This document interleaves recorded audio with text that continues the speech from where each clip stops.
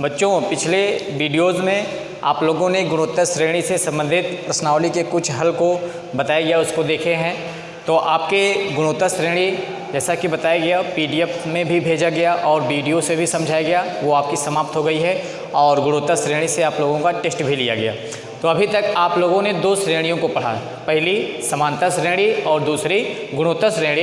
इसी क्रम में आपकी तीसरी श्रेणी है जिसका नाम है हार्मोनिकल प्रोग्रेशन अर्थात हरात्मक श्रेणी। ये आपका नया चैप्टर है, तो आज से आपका नया चैप्टर शुरू हो रहा है, हार्मोनिकल प्रोग्रेशन हरात्मक श्रेणी। डिफिनेशन लिखा गया है, ऐसी श्रेणी जिसके पदों के व्युत्क्रम आप जानते हैं इनवर्स होता है, व्युत्क्रम से कुछ एग्जाम्पल आपके सामने दिया जा रहा है। जैसे नंबर 1, पहला एग्जाम्पल आपका है 1/2 कामा 1/4 कामा 1/6 कामा 1/8 कामा डॉट डॉट। ये एक श्रेणी आपके सामने रखी गई है। डिफिनेशन में कहा गया ऐसी श्रेणी जिसके पदों के व्युत्क्रम, तो ये एक श्रेणी है। अब इसका व्युत्क्रम क्या होगा? जो श्रेणी आपके सामने रखी गई है उसका व्युत्क्रम श्रेणी ऐसा लिख सकते हैं, दी गई श्रेणी की व्युत्क्रम श्रेणी आपकी दी गई है 1/2, 1/4, 1/6, 1/8 डॉट डॉट। इसका व्युत्क्रम तो 1/2 का व्युत्क्रम होगा 2/1, तो 2/1 को हम 2 ही लिख के छोड़ देते हैं। 1/4 का व्युत्क्रम होगा 4, 1/6 का व्युत्क्रम होगा 6, 1/8 का व्युत्क्रम होगा 8 डॉट डॉट। व्युत्क्रम अर्थात जब ऐसे दो राशियां जिनका आपस में मल्टीप्लाई किया जाए तो गुणनफल हमेशा 1 आते हैं, वे राशियां एक दूसरे के व्युत्क्रम कहलाते हैं। जैसे 2 का व्युत्क्रम 1/2, इन दोनों का जब हम गुणा करेंगे तो क्या आएगा? हमेशा 1 आएगा। 1/5 का व्युत्क्रम क्या होगा? 5, 5 से हमने काट दिया, 1 आ गया। 3/5 का व्युत्क्रम क्या होगा? 5/3, गुणा करिए, 5 से 5 कट गया, 3 से 3 कितना आ गया? 1। तो ऐसी दो राशियां a हो गया, a का व्युत्क्रम क्या हो गया? 1/a, दोनों का गुणा किया कितना आ गया? 1। तो ऐसी राशियां जिनके अपोजिट साइड को, या ऐसे कह लें कि जिन दो राशियों का आपस में गुणा किया जाए और उनका गुणनफल 1 आ जाए, वो एक दूसरे के व्युत्क्रम कहलाते हैं। तो 1/2 का व्युत्क्रम 2 हो गया, 1/4 का 4, 1/6 का 6, 1/8 का 8, ये हो गए दी गई श्रेणी के व्युत्क्रम श्रेणी। तो लिखा क्या है? ऐसी श्रेणी जिसके पदों के व्युत्क्रम, तो सभी पदों का व्युत्क्रम कर दिया गया, एक समांतर श्रेणी बनाते हैं, वह श्रेणी हरात्मक श्रेणी कहलाती है। तो 2, 4, 6, 8 किस श्रेणी में है? जो कि समांतर श्रेणी में है। समांतर श्रेणी को संक्षेप में इस प्रकार से लिखते हैं, जो कि समांतर श्रेणी में है। तो दी गई श्रेणी के व्युत्क्रम जो श्रेणी है उसके पद एक समांतर श्रेणी के पद हैं। अतः दी गई श्रेणी अर्थात 1/2, 1/4, 1/6, 1/8 डॉट डॉट हरात्मक श्रेणी में है। किसमें है? हरात्मक श्रेणी में, हरात्मक श्रेणी में है। तो समांतर श्रेणी में हम लोग क्या करते थे? किसी भी दो क्रमागत पद को लेते थे, बाद वाले पद में से उसके पूर्व पद को घटाते थे। अगर सार्व अंतर समान आता था तो हम कहते थे दी गई श्रेणी समांतर में। गुणोत्तर में हम लोग सार्व अनुपात निकालते थे। किसी दो क्रमागत पद को ले लिया जाए और किसी पद में से उसके पूर्व पद को भाग किया जाए और ऐसा अनुपात हर जगह बराबर आए, तो वह गुणोत्तर में था। लेकिन हरात्मक श्रेणी को चेक करने के लिए सबसे पहला काम हम क्या करेंगे? दिए गए पदों का व्युत्क्रम करेंगे। यहाँ पे व्युत्क्रम किया गया है और व्युत्क्रम वाले पद समांतर श्रेणी के अगर पद हैं तो वह दी गई श्रेणी समांतर हरात्मक श्रेणी कहलाएगी। यहाँ पे आपका एक एग्जाम्पल था। दूसरा एग्जाम्पल देखिए, दूसरा एग्जाम्पल है 1/2 कामा -1/4 4, 1/2 कामा -1/4 कामा -1/10 कामा -1/16 डॉट डॉट। ये पद हैं आपके। सबसे पहला काम, अब ये हरात्मक में है कि नहीं है ये पता तब चलेगा जब इसके हम दिए गए पदों का व्युत्क्रम करें। तो व्युत्क्रम क्या होगा? व्युत्क्रम पद क्या होंगे? 1/2 का 2 होगा, -1/4 का -4 होगा, -1/10 का -10 होगा, -1/16 का -16 होगा डॉट डॉट। अब इनको हम चेक करते हैं क्या ये समांतर श्रेणी में है।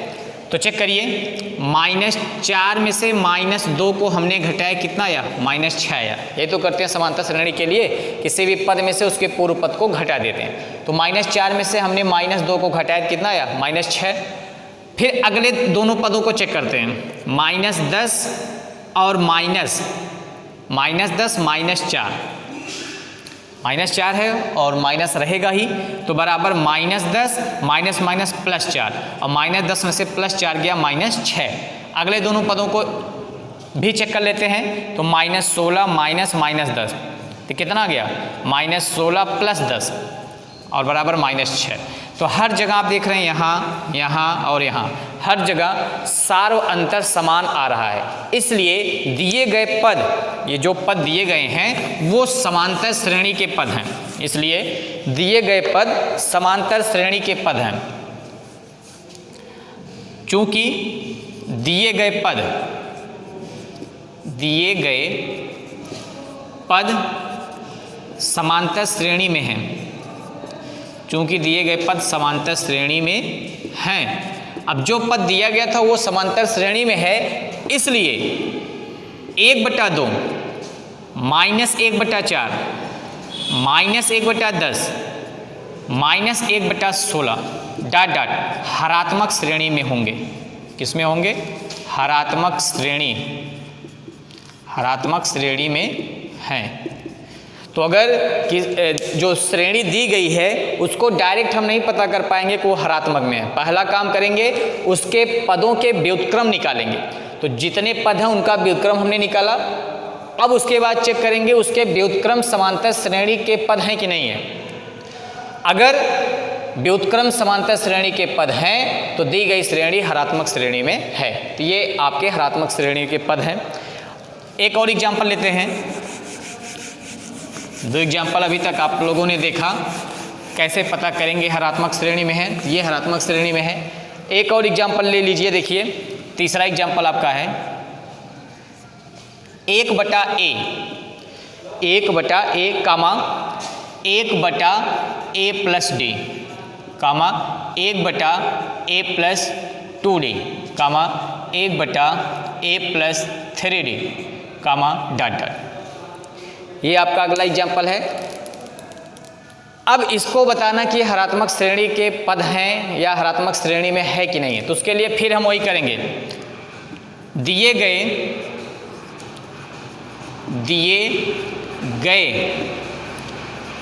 पदों का व्युत्क्रम।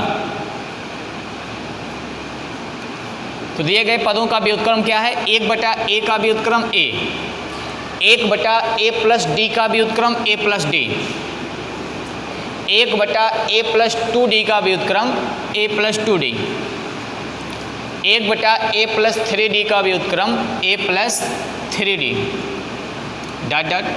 तो ये तो हो गए आपके दिए गए पदों के व्युत्क्रम। अब चूंकि ये पद समांतर श्रेणी में हैं,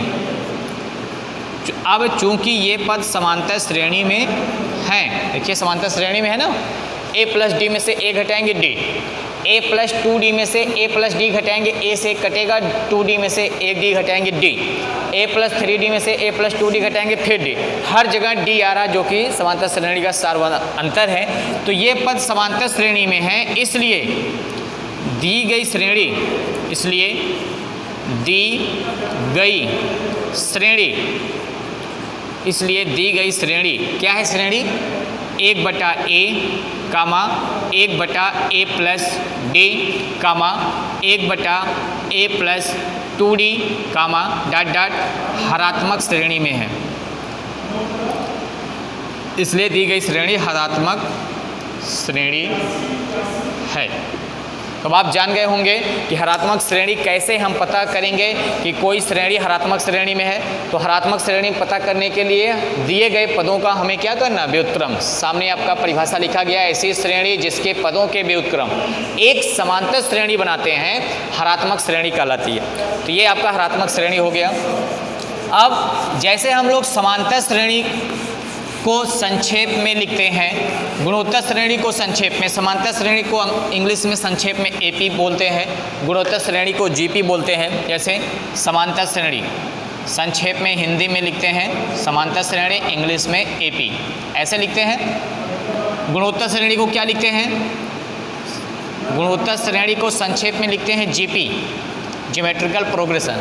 उसी प्रकार हरात्मक श्रेणी को संक्षेप में हिंदी में इस प्रकार लिखेंगे हरात्मक श्रेणी, और इंग्लिश में संक्षेप में एचपी। तो ये आपकी 3 श्रेणियां हैं, arithmetic progression, geometrical progression, harmonical progression. तो आप लोगों ने 2 पढ़ा, तीसरा आप पढ़ रहे हैं। तो समांतर श्रेणी को संक्षेप में एपी, गुणोत्तर श्रेणी को संक्षेप में जीपी और हरात्मक श्रेणी को संक्षेप में एचपी से प्रदर्शित करते हैं।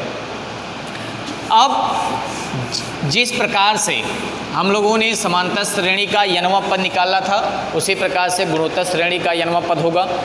तो जो फार्मूला समांतर श्रेणी का है वही हरात्मक श्रेणी का होगा, क्योंकि हरात्मक श्रेणी के जो भी पद हैं वो दिए गए श्रेणी के व्युत्क्रम करने से प्राप्त समांतर श्रेणी के पद में आएंगे। तो सबसे पहला काम यही करेंगे, जो पद दिया गया है, जो श्रेणी के पद दिए गए हैं उनका व्युत्क्रम करेंगे। व्युत्क्रम करने के बाद वह एक समांतर श्रेणी बनाएगी। फिर उस समांतर श्रेणी के फार्मूले को लगाकर हम n वां पद निकालेंगे, और उस प्रकार से जो n वां पद आएगा दी गई श्रेणी के व्युत्क्रम रखने पर वो उसके n वें पद के बराबर होगा। इस प्रकार से n वां पद निकालेंगे। देखिए इस पे आधारित क्वेश्चन आपका कैसे लगाएंगे। क्वेश्चन लिखा गया है हरात्मक श्रेणी 6/5 कामा 1 कामा 6/7 कामा डॉट डॉट का 14वां पद ज्ञात करो। तो हमने बताया अब यहाँ पे हमें n वां पद का फार्मूला नहीं निकालना। समांतर श्रेणी गुणोत्तर श्रेणी में हमने दिए गए श्रेणी के n वें पद का फार्मूला डिराइव किया था। यहाँ पे हमें समांतर श्रेणी के फार्मूले से ही सब कुछ निकालना है। तो हमने बताया कि किसी भी हरात्मक श्रेणी का n वां पद निकालने के लिए सबसे पहला काम दिए गए हरात्मक श्रेणी के पदों का क्या करेंगे? व्युत्क्रम करेंगे। जब व्युत्क्रम करेंगे तो उसके व्युत्क्रम समांतर श्रेणी के पद में बनेंगे, और उसके बाद उस समांतर श्रेणी का n वां पद निकाल के फिर से उसका व्युत्क्रम करेंगे तो दी गई संगत श्रेणी के हरात्मक श्रेणी का n वां पद आ जाएगा। तो देखिए पहले हम क्या करते हैं, लगाएंगे कैसे। दी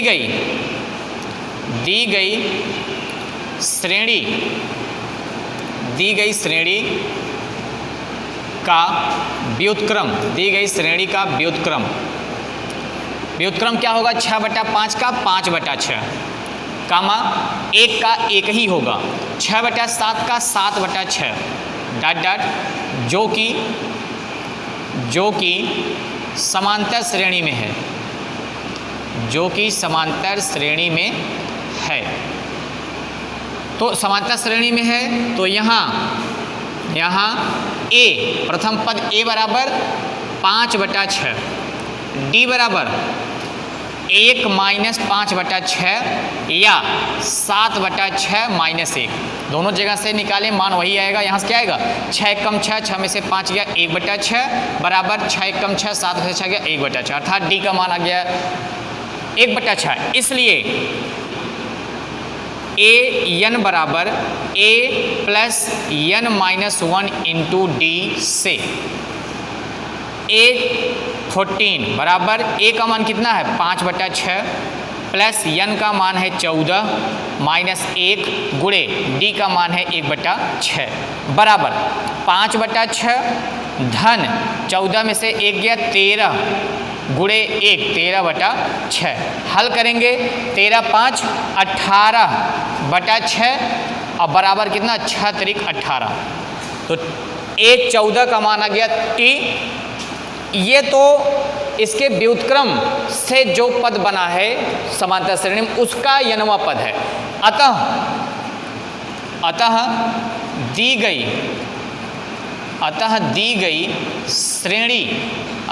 गई हरात्मक श्रेणी का यनवा पद बराबर 1/संगत समांतर श्रेणी का यनवा पद।